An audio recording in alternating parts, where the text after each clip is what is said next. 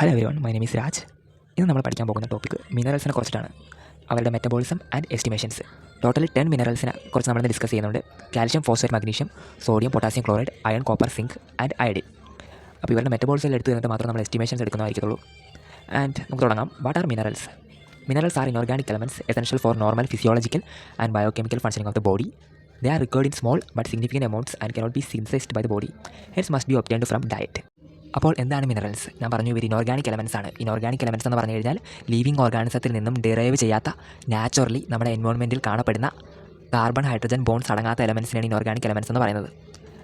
And ഇവർ നമ്മുടെ ബോഡിക്കകത്ത് നടക്കുന്ന നോർമൽ ഫിസിയോളജിക്കൽ ആൻഡ് ബയോകെമിക്കൽ ഫംഗ്ഷൻസിന് വളരെ ആവശ്യമുള്ളവയാണ്. ഫിസിയോളജിക്കൽ ഫംഗ്ഷൻസ് എന്ന് ഉദ്ദേശിക്കുമ്പോൾ ഈ റെസ്പിറേഷൻ, ഡൈജഷൻ ഒക്കെയാണ്. ബയോകെമിക്കൽ ഫംഗ്ഷൻസ് എന്ന് പറയുമ്പോൾ പ്രോട്ടീൻസ്, ന്യൂക്ലിക് ആസിഡ് സിന്തസിസ് ഒക്കെയാണ് ഉദ്ദേശിച്ചിരിക്കുന്നത്. ഇവരെന്ന് പറയുമ്പോൾ നമ്മുടെ ബോഡിയിൽ വളരെ സ്മോൾ എമൗണ്ട് മാത്രം ആവശ്യം മതി. ആ ചെറിയ എമൗണ്ട് എന്ന് പറയുമ്പോൾ ഭയങ്കര സിഗ്നിഫിക്കൻ്റ് ആണ്. അത് കാരണം എന്താണെന്ന് പറഞ്ഞാൽ നമ്മുടെ ബോഡിക്ക് ഇവരെ തന്നെ പ്രൊഡ്യൂസ് ചെയ്യാനുള്ള കെപ്പബിലിറ്റി ഇല്ല. സോ ഇവരെ നമുക്ക് ഒബ്റ്റെയിൻ ചെയ്യാൻ ഡയറ്റിൽ കൂടെ മാത്രമേ പറ്റത്തുള്ളൂ. അടുത്തത് ക്ലാസിഫിക്കേഷൻ ഓഫ് മിനറൽസ് ആണ്. ഒരു ദിവസം നമ്മുടെ ബോഡിയിൽ ലഭിച്ചിരിക്കേണ്ട മിനറൽസിൻ്റെ amount, that is recommended dietary allowance അനുസരിച്ചിട്ട് മിനറൽസിനെ 3 ആക്കി ക്ലാസിഫൈ ചെയ്തിട്ടുണ്ട്. Macro elements, trace elements and ultra trace element. In case of macro elements, recommended dietary allowance എന്ന് പറയുമ്പോൾ ഗ്രേറ്റർ ദാൻ 100 മില്ലിഗ്രാമാണ് പെർ ഡേ.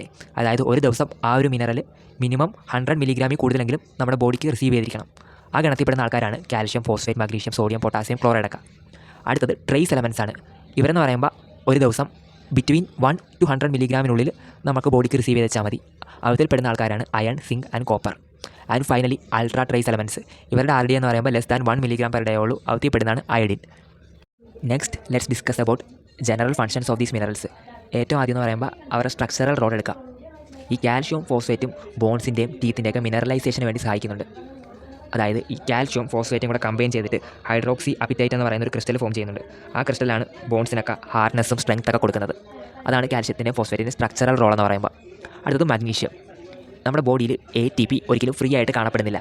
ATPയും മാഗ്നീഷ്യം കൂടി ബൈൻഡ് ചെയ്തിട്ടുള്ള ഒരു കോംപ്ലക്സ് ആയിട്ടായിരിക്കും കാണപ്പെടുന്നത്. അതിന് കാരണം അഡിനോസിൻ ട്രൈഫോസ്ഫേറ്റ് എന്ന് പറയുന്ന ATPക്ക് നെഗറ്റീവ് ചാർജ് കൂടുതലാണ്. 3 ഫോസ്ഫേറ്റ് ഗ്രൂപ്പ് ഉണ്ടല്ല, അപ്പോൾ അവർ 3 പേരും കൂടി നെഗറ്റീവ് ചാർജ് കൂടി ചേരുമ്പോൾ അത്യാവശ്യം നെഗറ്റീവ് ചാർജ് ഉണ്ട്.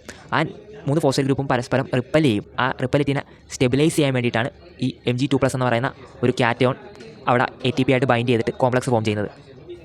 പിന്നെ നമ്മുടെ ന്യൂക്ലിക് ആസിഡ്സിൽ, അതായത് ഈ DNA ആൻഡ് RNA, അവിടെയും ഫോസ്ഫേറ്റ് ഗ്രൂപ്പ്സ് ഉണ്ട്. ഈ ഫോസ്ഫേറ്റ് ഗ്രൂപ്പിനൊക്കെ നെഗറ്റീവ് ചാർജ് ആണുള്ളത്. അവരും പരസ്പരം റിപ്പൽ ചെയ്യാൻ സാധ്യതയുണ്ട്. അപ്പോൾ അവരുമായിട്ട് ഈ മഗ്നീഷ്യം ബൈൻഡ് ചെയ്തിട്ട് ആ ഒരു ഡബിൾ ഹെലിക്സ് സ്ട്രക്ചർ സ്റ്റെബിലൈസ് ചെയ്യാൻ സഹായിക്കുന്നുണ്ട്. അതാണ് മഗ്നീഷ്യത്തിൻ്റെ സ്ട്രക്ചറൽ റോൾ എന്ന് പറയുന്നത്. Next regulation of osmotic pressure and fluid balance. ഈ റോൾ ചെയ്യുന്നത് സോഡിയം, പൊട്ടാസ്യം ക്ലോറൈഡ് എന്ന് പറയുന്ന മിനറൽസ് ആയിരിക്കും. അതായത് ഈ സോഡിയവും പൊട്ടാസ്യവും തമ്മിലൊരു റിലേഷൻ ഉണ്ട്. ഈ സോഡിയം എന്ന് പറയുമ്പോൾ extra cellular fluid osmolarity maintain ചെയ്യാൻ സഹായിക്കുന്നുണ്ട്. Potassium intra cellular osmolarity maintain ചെയ്യാൻ സഹായിക്കുന്നുണ്ട്. ഈ സോഡിയം പോകുന്ന സ്ഥലത്തോട്ടെല്ലാം വാട്ടർ മോളിക്യൂൾസ് പോകുന്നതായിരിക്കും. ഇപ്പോൾ സെല്ലിനകത്ത് സോഡിയം ഉണ്ട്. സെല്ലിനകത്തിൽ നിന്നും സോഡിയം, പൊട്ടാസ്യം പമ്പ് വഴി ഇവർ പുറത്തോട്ട് വന്നാൽ, അതായത് എക്സ്ട്രാ സെല്ലുലാർ ഫ്ലൂയിഡിലോട്ട് വന്നു കഴിഞ്ഞാൽ അങ്ങോട്ടേക്ക് വാട്ടർ മോളിക്യൂൾസ് വരുന്നതായിരിക്കും. അങ്ങനെ ഫ്ലൂയിഡ് ബാലൻസിനെ ഇവർ റെഗുലേറ്റ് ചെയ്യുന്നുണ്ട്. ഈ സോഡിയം, പൊട്ടാസ്യം പമ്പ് വഴി 3 സോഡിയം സെല്ലിനകത്തിൽ നിന്ന് പുറത്തോട്ട് വന്നു കഴിഞ്ഞാൽ 2 പൊട്ടാസ്യം പുറത്ത് നിന്ന് സെല്ലിനകത്തോട്ട് കയറുന്നതായിരിക്കും. അങ്ങനെ സെല്ലിനകത്തുള്ള ഓസ്മോളാരിറ്റി മെയിൻറ്റെയിൻ ചെയ്യാനും ഈ പൊട്ടാസ്യം ഹെൽപ്പ് ചെയ്യുന്നുണ്ട്. ഇവർ രണ്ടുപേരുടെ റോള് മനസ്സിലായെന്ന് ഓർക്കുന്നു. പിന്നെ ഈ സോഡിയം എന്ന് പറയുമ്പോൾ ഒരു പോസിറ്റീവ് ചാർജുള്ള എലമെൻറ്റാണ്. അപ്പോൾ ഈ സോഡിയം പോകുന്ന സ്ഥലത്ത് ഇലക്ട്രിക്കൽ ന്യൂട്രാലിറ്റി മെയിൻറ്റെയിൻ ചെയ്യാൻ വേണ്ടിയിട്ട് അവിടെ പോസിറ്റീവ് ചാർജുള്ള എലമെൻറ്റ്സ് കൂടാതിരിക്കാൻ വേണ്ടി സോഡിയം എങ്ങോട്ടാണോ പോകുന്നത് ആ സ്ഥലത്തോട്ട് ഈ ക്ലോറൈഡും കൂടെ പോകുന്നതായിരിക്കും. Next is electrophysiological functions of minerals. ഇവിടെ റോളുള്ളതെന്ന് പറയുമ്പോൾ സോഡിയം, പൊട്ടാസ്യം ആൻഡ് കാൽഷ്യത്തിനാണ്. They help in nerve impulse transmission and muscle contraction.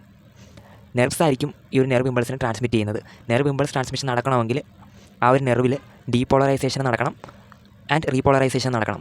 ഈ ഡീപോളറൈസേഷനെ സഹായിക്കുന്ന മിനറലാണ് സോഡിയം അയോൺസ് ആൻഡ് റീപോളറൈസേഷനെ സഹായിക്കുന്നത് പൊട്ടാസ്യം അയോൺസ്. ഇതിനെക്കുറിച്ച് ഞാൻ ഡീറ്റെയിൽ ആയിട്ട് ഇപ്പോൾ പറയുന്നില്ല. പിന്നെ മസിൽസ് കോൺട്രാക്ട് ചെയ്യണമെങ്കിൽ നെർവിൻ്റെ എൻഡിലുള്ള അസ്റ്റൈൽ കൊളൈൻ എന്ന് പറയുന്ന ന്യൂറോ ട്രാൻസ്മിറ്റർ റിലീസ് ആക്കപ്പെടണം. ആ ഒരു റിലീസിനെ സഹായിക്കുന്നതാണ് കാൽഷ്യം അയോൺസ് എന്ന് പറയുന്നത്. And that is the electrophysiological function of minerals. എന്ന് പറയാൻ നേരത്ത് enzyme activation and cofactor role of minerals ആണ്. നമുക്കറിയാം കാർബോഹൈഡ്രേറ്റ്, പ്രോട്ടീൻ, ന്യൂക്ലിക് ആസിഡ് മെറ്റബോളിസത്തിലെ പല സ്റ്റെപ്പുകളെയും കാറ്റലൈസ് ചെയ്യുന്ന എൻസൈമുകൾക്ക് കോഫാക്ടറായിട്ട് അല്ലെങ്കിൽ അവരുടെ ആക്ടിവേഷന് വേണ്ടിയിട്ട് മിനറൽസിന് ആവശ്യമുണ്ട്. ഉദാഹരണം പറയുകയാണെങ്കിൽ ഈ ഗ്ലൈക്കോലിസിസ് എന്ന് പറയുന്ന സൈക്കിളിൽ ഫോസ്ഫോഫ്രക്ടോകൈനേസ്, ഹെക്സോകൈനേസ്, പൈറുവേറ്റ് കൈനേസ്, ഈ എൻസൈമുകൾക്കൊക്കെ Mg2+ ആവശ്യമുണ്ട്. കാരണം ഇവിടെയെല്ലാം ATP ഫോർമേഷൻ അല്ലെങ്കിൽ ATP യൂട്ടിലൈസേഷൻ നടക്കുന്നുണ്ട്. അപ്പോൾ ATP സ്റ്റേബിളായിട്ടിരിക്കണമെങ്കിൽ അവിടെ Mg2+ ആവശ്യമുണ്ടെന്ന് നമ്മൾ പഠിച്ചായിരുന്നു. അത് സിങ്ക് ഏകദേശം 300ഓളം എൻസൈമുകൾക്ക് കോഫാക്ടറായിട്ട് ആക്ട് ചെയ്യുന്നുണ്ട്. എസ്പെഷ്യലി ഡീഹൈഡ്രോജനേസ് എൻസൈമുകൾക്കാണ്. അവധിൽ തന്നെ ലാക്റ്റേറ്റ് ഡിഹൈഡ്രോജനേസിൻ്റെ സ്ട്രക്ചറൽ സ്റ്റെബിലിറ്റിക്കൊക്കെ സിങ്കിന് ആവശ്യമുണ്ട്. Next is copper. ഇവർ ഇലക്ട്രോൺ ട്രാൻസ്പോർട്ട് ചെയിനിലും ഓക്സിഡേഷൻ റിഡക്ഷൻ റിയാക്ഷൻസിലൊക്കെ പാർട്ടിസിപ്പേറ്റ് ചെയ്യാറുണ്ട്. അതായത് ഇവർ ഒരു റിഡോക്സ് സെൻറ്ററായിട്ട് ആക്ട് ചെയ്യുന്നുണ്ട്. Cu2+ റിഡക്ഷൻ സംഭവിച്ചിട്ട് Cu+ ആയിട്ട് മാറാറുണ്ട്. അങ്ങനെ ഇവർ ഇലക്ട്രോൺസിനെ അക്സെപ്റ്റ് ചെയ്യാനും ഡൊണേറ്റ് ചെയ്യാനും ആയിട്ടുള്ളൊരു റിഡോക്സ് സെൻറ്ററായിട്ട് ആക്ട് ചെയ്യുന്നുണ്ട്. ഈ ഒരു റിയാക്ഷനൊക്കെ കാറ്റലൈസ് ചെയ്യുന്ന എൻസൈം എന്ന് പറയുന്നത് ഓക്സിഡേസ് ആണ്. സോ അവർക്ക് കോഫാക്ടറായിട്ട് ഈ കോപ്പർ അയോൺസ് ആക്ട് ചെയ്യാറുണ്ട്. മിനറൽ എന്ന് പറയുമ്പോൾ Fe2+ ആണ്. അവരുടെ റോൾ എന്ന് പറഞ്ഞു കഴിഞ്ഞാൽ ഈ സൈറ്റോക്രോം എന്ന് പറയുന്ന ഹീം കണ്ടെയ്നിങ് പ്രോട്ടീൻ ഉണ്ട്. അവർ ഇലക്ട്രോൺ ട്രാൻസ്പോർട്ട് ചെയിനിലാണ് ഇൻവോൾവ് ആയിരിക്കുന്നത്. ഇവരാണ് സെല്ലുലാർ റെസ്പിറേഷൻ്റെ സമയത്ത് ഇലക്ട്രോൺസിനെ ഒരു കരിയറിൽ നിന്നും മറ്റൊരു കരിയറിലോട്ട് ട്രാൻസ്ഫർ ചെയ്യുന്നത്. അപ്പോൾ ഈ ഒരു സൈറ്റോക്രോംസിൽ സ്ട്രക്ചറിൽ അവരുടെ സെൻറ്ററിൽ പ്രസൻ്റ് ആയിട്ടുള്ളൊരു ആറ്റം അയൺ ആറ്റം ആയിരിക്കും. Fe2+ ആയിരിക്കും. ഇവരാണ് ഈ ഇലക്ട്രോൺസിനെ അങ്ങോട്ടും ഇങ്ങോട്ടും ട്രാൻസ്ഫർ ചെയ്യാൻ ഇലക്ട്രോൺസിനെ ഡൊണേറ്റ് ചെയ്യിപ്പിക്കുന്നത്. Fe2+ എന്ന് പറയുന്ന അയൺ Fe3+ ആവുകയും അല്ലെങ്കിൽ തിരിച്ച് Fe3+ നിന്ന് Fe2+ ആവുകയും ചെയ്ത് ഡൊണേറ്റ് ചെയ്യാൻ ഒരു ഇലക്ട്രോൺ ഇവരുടെ അങ്ങോട്ടും ഇങ്ങോട്ടും കൊടുക്കാറുണ്ട്. അപ്പോൾ അതാണ് ഈ ഒരു അയണിൻ്റെ റോൾ. അടുത്തതായിട്ട് ഹോർമോൺ സിന്തസിസ് ആൻഡ് ഫംഗ്ഷനിലുള്ള മിനറൽസിൻ്റെ റോളാണ്. ആദ്യം തന്നെ അയഡിനാണ് കേട്ടോ. നമുക്കറിയാം തൈറോയ്ഡ് ഹോർമോൺസ് ആയിട്ടുള്ള T3 ആൻഡ് T4 അവരെ അയഡിനേറ്റഡ് തൈറോസിൻസ് എന്നാണ് വിളിക്കുന്നത്. ഈ T3യിൽ 3 അയഡിനും T4ൽ 4 അയഡിൻ വീതമുണ്ട്. അതായത് ഈ ഹോർമോൺസിൻ്റെ സിന്തസിസിന് അയഡിൻ ആവശ്യമാണ്. അടുത്തത് സിങ്കാണ്. അവർ ഇൻസുലിൻ ക്രിസ്റ്റലൈസേഷനെ സഹായിക്കുന്നുണ്ട്.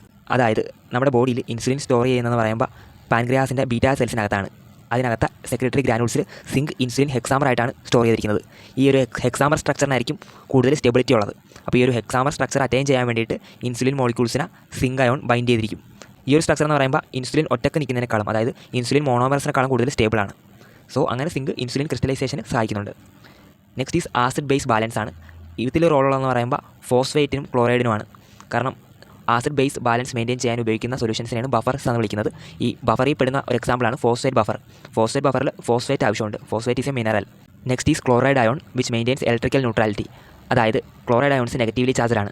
ഇപ്പോൾ ഏതെങ്കിലും ഒരു ഭാഗത്ത് പോസിറ്റീവ് ചാർജറായിട്ടുള്ള ഏതെങ്കിലും ഒരു മിനറൽസ് കൂടുതലുണ്ടെങ്കിൽ അവരെ ന്യൂട്രലൈസ് ചെയ്യാൻ വേണ്ടിയിട്ട് ക്ലോറൈഡ് എപ്പോഴും അങ്ങോട്ട് പോകുന്നതായിരിക്കും. Next and the last function is oxygen transport and redox reaction. ഞാൻ നേരത്തെ പറഞ്ഞായിരുന്നു, റിഡോക്സ് റിയാക്ഷൻസിൽ സൈറ്റോക്രോം ഓക്സിഡേസ് എന്ന് പറയുന്ന എൻസൈംസ് ആക്ട് ചെയ്യുന്നുണ്ട്. അപ്പോൾ ഈ സൈറ്റോക്രോംസിൽ ഹീമിൻ്റെ റോളിനെ കുറിച്ച് ഞാൻ ഡിസ്കസ് ചെയ്തായിരുന്നു. പിന്നെ ഓക്സിജൻ ട്രാൻസ്പോർട്ട് ചെയ്യുന്ന പ്രോട്ടീൻ ഹീമോഗ്ലോബിനാണ്. ഹീമോഗ്ലോബിനിൽ ഹീമുണ്ട് ആൻഡ് ഹീമിൻ്റെ സ്ട്രക്ചറിൽ അയൺ അത്യാവശ്യമാണ്. സോ ഇതൊക്കെയാണ് general biological functions of minerals എന്ന് പറയുന്നത്. And in the next video we will be discussing in detail about each and every minerals, അവരുടെ dietary source, absorption, transport in blood, storage sites, excretion, biochemical functions, regulation, deficiency, toxicity, clinical significance and estimations എല്ലാം നമ്മൾ എടുക്കുന്നതായിരിക്കും. ഇപ്പോൾ ഏതൊരു mineral ചോദിച്ചാലും in case 10 മാർക്കിന് ചോദിക്കുകയാണെങ്കിൽ ഈ ഒരു 10 ഹെഡിങ്സ് എഴുതിയെന്ന് ഉറപ്പ് വരുത്തുക. അതിനൊപ്പം തന്നെ എസ്റ്റിമേഷനും ആഡ് ചെയ്തിരിക്കണം. എസ്റ്റിമേഷനിൽ പല മെത്തേഡ് കാണും. ഏതെങ്കിലും ഒരു മെത്തേഡ് എക്സ്പ്ലെയിൻ ചെയ്യുക. ബാക്കി അതർ മെത്തേഡ്സ് എന്ന് പറഞ്ഞിട്ട് ബാക്കി മെത്തേഡിൻ്റെ പേരും മെൻഷൻ ആക്കുക. അപ്പോൾ അടുത്ത വീഡിയോയിൽ വരാം. അതിലേക്കും ബൈ.